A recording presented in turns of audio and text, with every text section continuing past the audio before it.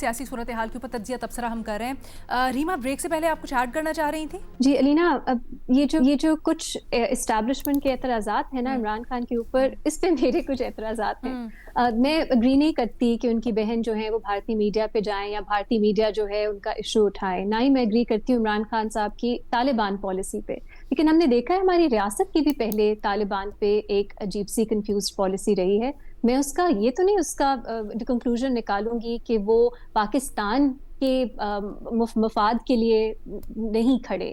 मतलब कुछ लोगों की हो सकती हैं गलत पॉलिसीज हो सकती हैं, लेकिन उसको national security risk, national security threat ये बनाना, उससे मैं एग्री नहीं करती। तो आप डिसएग्री कर सकते हैं इन सब चीज़ों पे, लेकिन एस्टैब्लिशमेंट भी मेरा ख्याल है कुछ एग्जैजरेट कर रही है। ये जो फियर मॉन्गरिंग है कि इमरान खान साहब और पीटीआई ये पाकिस्तान को नुकसान पहुंचा देंगे या ये पाकिस्तान के दुश्मनों के साथ मिल रहे हैं, ये मेरा ख्याल है बिल्कुल गलत तासुर है। मोहम्मद अली साहब से इसका जवाब जानते हैं। मैं समझता हूँ अगर लिबरल पैराडाइम में देखा जाए तो मैं रीमा से मुत्तफिक हूँ, लेकिन नेशनल सिक्योरिटी पैराडाइम मुख्तलिफ है और उसमें हाइब्रिड वॉर में आपके जो internal elements of national power के हवाले से एक लैक ऑफ ट्रस्ट अगर रियासत पे क्रिएट की जाती है, उसमें कंस्ट्रक्टिव क्रिटिसिज्म और प्रेशर दो डिफरेंट चीज़ें हैं।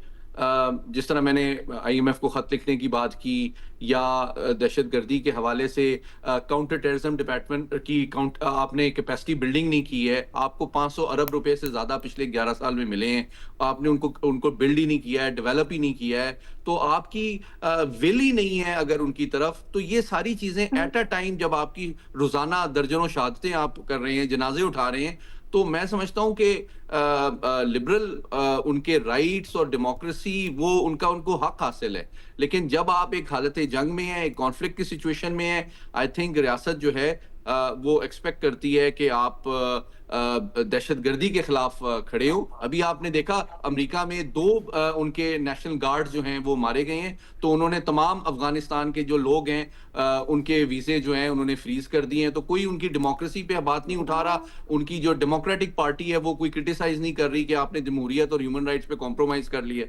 Sorry, quick follow-up, sir. A very interesting point. Quick follow-up. आपने कहा liberal paradigm versus national security paradigm. Absolutely. Are they two really fundamentally that different? Can we not hope for? Absolutely. Sorry, क्या हम कुछ liberal democratic values हमारे national security paradigm में नहीं डाल सकते? और दूसरी चीज ये, अमेरिका को तो मिसाल नहीं बनाना चाहिए। वहां पे अगर कोई आवाज उठाए भी, बहुत से लोग कह रहे हैं कि जो रद्द अमल आ रहा है खासतौर पे अफगान पॉपुलेशन रेफ्यूजीज के खिलाफ, वो एक्सेसिव है। तो मेरा ख्याल है ये आवाज जो लोग उठा रहे हैं उनको तो आप ये नहीं कहेंगे कि वो अमेरिका की नेशनल सिक्योरिटी के खिलाफ है। आई थिंक एक एक्टिव सिटीजनरी है, उन्हें नेशनल सिक्योरिटी के इश्यूज पे भी डिफरेंट पॉइंट्स ऑफ व्यू रखने चाहिए।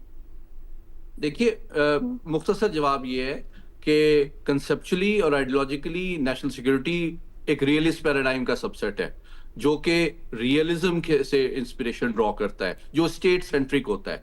जो लिबरल पैराडाइम होता है वो इंडिविजुअल सेंट्रिक होता है। इस पे हम तफसील से किसी दिन बात कर सकते हैं, और दोनों में एक कॉम्प्रोमाइज डेफिनेटली पॉसिबल इस हद तक है कि रियासत का काम है कि इनफरादी शख्सी आज़ादी, ह्यूमन राइट्स को रिस्पेक्ट भी करे और प्रोटेक्ट भी करे, लेकिन अगर वो ह्यूमन राइट्स और डेमोक्रेसी और ह्यूमन राइट्स को इस्तेमाल करके आप रियासत पे हमला करें और रियासत से एक्सपेक्ट करें कि वो उसका कोई लीगल या अदरवाइज रिस्पॉन्स नहीं देगा, तो वो भी मैं समझता हूं कि किसी हद तक अनरियलिस्टिक। अच्छा, can we talk about this in detail Alina, because it's very interesting and I it is लेकिन मेरा ख्याल है हम थोड़ा सा, मुझे ऐसा लगता है हम थोड़ा सा डाइग्रेस कर जाएंगे इनिशियल उसके ऊपर रहते हैं। Shahzad wants to add something as well. Shahzad, ये मेरे ख्याल से बुनियादी सवाल है जिस पे बहस है। इस वक्त आप देखें जो अपोजिशन का अलायंस है वो क्या है, तहरीक तहफ़्फ़ुज़ आईन पाकिस्तान, ये इस स्लोगन से वो ये तहरीक चला रहे हैं।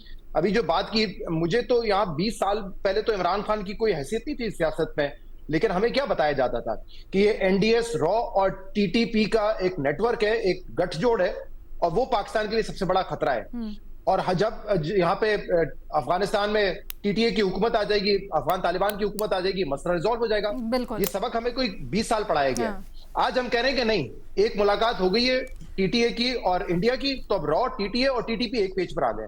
तो अगर हमारी नेशनल सिक्योरिटी पॉलिसी इस तरह फ्लिप कर जाती है एक झटके में, तो फिर हमें ये मेरे ख्याल से संजीदगी से सवाल करना चाहिए कि अब तक जो नेशनल पॉलिसी बनाई है वो किसने बनाई है, اور اب تک جو نقصان ہوا ہے اس کا ذمہ دار کون ہے؟ کیا صرف سیاستدان پارلیمنٹ ذمہ دار ہے یا دوسرے ادارے، ہماری اسٹیبلشمنٹ بھی اس کی ذمہ دار ہے؟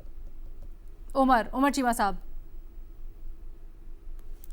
میں تو کہہ رہا ہوں کہ اب یہ تینوں لوگ بات کر چکے ہیں، مجھے اس پہ کیا میں ایڈ کروں، لیکن یہ ہے کہ میرا کہ ہمیں سارے پرسپیکٹو کو انڈرسٹینڈ کرنا چاہیے. ایک نیشنل سیکیورٹی کا پرسپیکٹو یہ ایسے ہی ہے جیسے میں ایک جرنلسٹ ہوں، میرا پرسپیکٹو دوسرے لوگوں سے ڈیفرنٹ ہے. اسی طرح جو ایک سولجر ہوتا ہے اس کا بھی ایک پرسپیکٹو ہوتا ہے.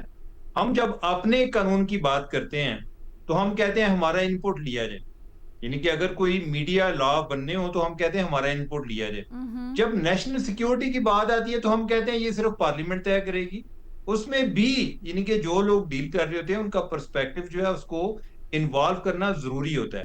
آپ کو اگر یاد ہو کہ جب افغان پالیسی کوئی چینجز آ رہی تھیں تو اس ٹائم نیشنل سیکیورٹی کمیٹی میں یہ معاملہ ٹیک اپ کیا گیا تھا. ادھر کوئی 8 گھنٹے اس میں بحث ہوئی تھی.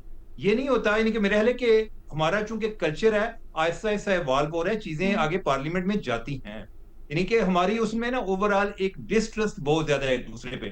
ہم ایک دوسرے کو سننا جو ہے نا ہمیں لگتا ہے جیسے بندہ اس کے ساتھ مل گیا، ہم کسی کو اس کے پرسپیکٹو سے سننے کو تیار نہیں ہوتے. باقی جو دوسری بات ہے نا یہ کوئی ایسی کو حق والی لڑائی کو نہیں ہے. عمران خان جو ہے پہلے بھی ادھر تھے، اور عمران خان کے ساتھ جو 2024 میں ہوا وہ تو 2013 میں بھی کہتے تھے دھاندلی ہوئی ہے. ٹھیک ہے، وہ یعنی کہ ان کا یہ ہے شروع سے کہ وہ کسی کے ساتھ وہ چلنے کے لیے تیار ہی نہیں ہوتے.